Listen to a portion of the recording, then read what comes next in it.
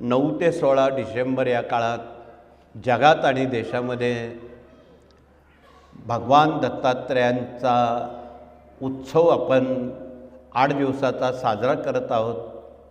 अखंड जप यज्ञ नामसप्ताह हे दत्त महाराजांचं नवरात्र आहे.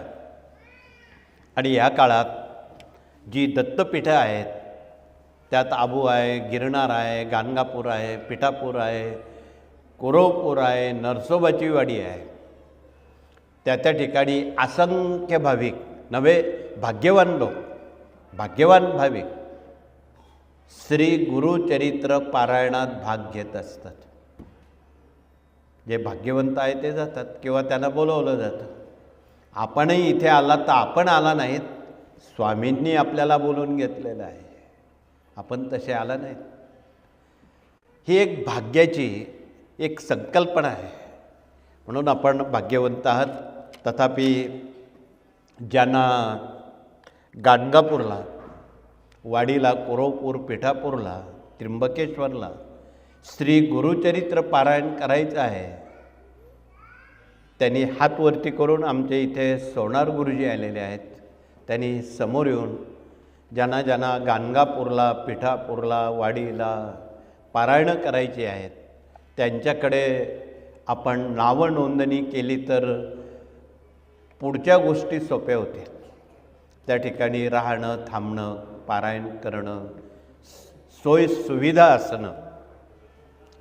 कारण काही ते प्रदेश आंध्र प्रदेश, तेलंगणा आणि कर्नाटकात आहे, भाषा कळत नाही. तिथे मात्र मराठीत बोर्ड लावलेले आहेत. म्हणजे महाराष्ट्रातल्या तमाम भाविकांना ही हक्काची ओसरी, हक्काचा दरबार आहे. आणि त्या ठिकाणी 12 महिने 24 तास दरबारच्या नियमानुसार त्रिकाल होणाऱ्या आरत्या असतील, उत्सव असतील, तमाम आलेल्या भाविकांना महाप्रसादाचा लाभ घेता येईल. ज्यांना पंचमहायज्ञ करणं अशक्य आहे त्यांनी त्या ठिकाणी अन्नदानामध्ये भाग घेण्याला एक नामी संधी भगवान दत्तात्रेयांच्या पीठात मिळालेली आहे. म्हणून आपण भाग्यवान आहात. आणि त्या दृष्टीनं आपण या सर्व पीठांमध्ये ज्यांना शक्य आहे त्यांनी त्यामध्ये पारायण करण्याला, सेवा करण्याला आपण ही संधीचा लाभ घ्यावा हे कळकळीचं आवाहन आहे. म्हणून आपण एकाच वेळी या ठिकाणी हे करू. तथापि षडनवरात्रामध्ये प्रत्येक कुटुंब प्रमुखांनी मल्हारी सप्तशती या ग्रंथाचं वाचन करावं. तासाभरात तुम्ही तुमच्या वेळेतला वेळ निश्चितपणे देऊ शकता. तथापि आमच्या प्रतिनिधींनी मल्हारी सप्तशती या ग्रंथाचा परिचय करून द्यावा, स्वामीचरित्र सारामृताचा परिचय करून द्यावा आणि इथे गुरुचरित्र आहे त्याचा पण परिचय करून द्यावा. हा गुरुचरित्र जो ग्रंथ आहे तो 5वा वेद आहे, अति सामर्थ्यशाली आहे. जन्मजन्मांतरीचे शाप, ताप, दैन्य, दुःख, उपद्रव, संकट, पितृदोष, अन्यदोष या सर्व प्रकारच्या असणाऱ्या दोषांपैकी, असणाऱ्या बाधांपैकी याचं निवारण या अतिसामर्थ्यशाली ग्रंथानं, मननानं, चिंतनानं होतं हे आपणाला माहीत असावं.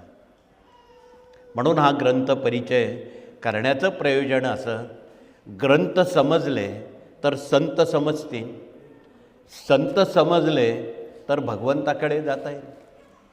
म्हणून ग्रंथ हे आपले गुरु आहेत, त्यांचं तेवढ्याच अर्थानं पावित्र्य जपणं हे सुद्धा तेवढंच महत्त्वाचं आहे.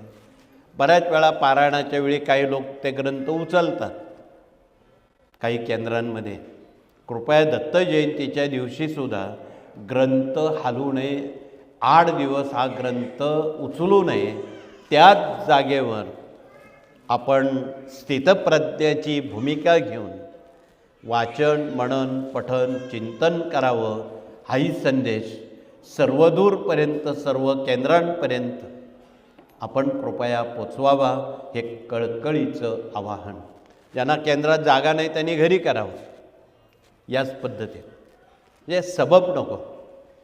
या सर्व पद्धतीनुसार याचं पालन आणि पावित्र्य राखण्याची जबाबदारी प्रत्येकाची वैयक्तिक राहणार आहे आणि त्या दृष्टीनं आपण या सर्व कार्याचा धावता आढावा या कार्यातून आपण कृपया घ्यावा हे कळकळीचं आवाहन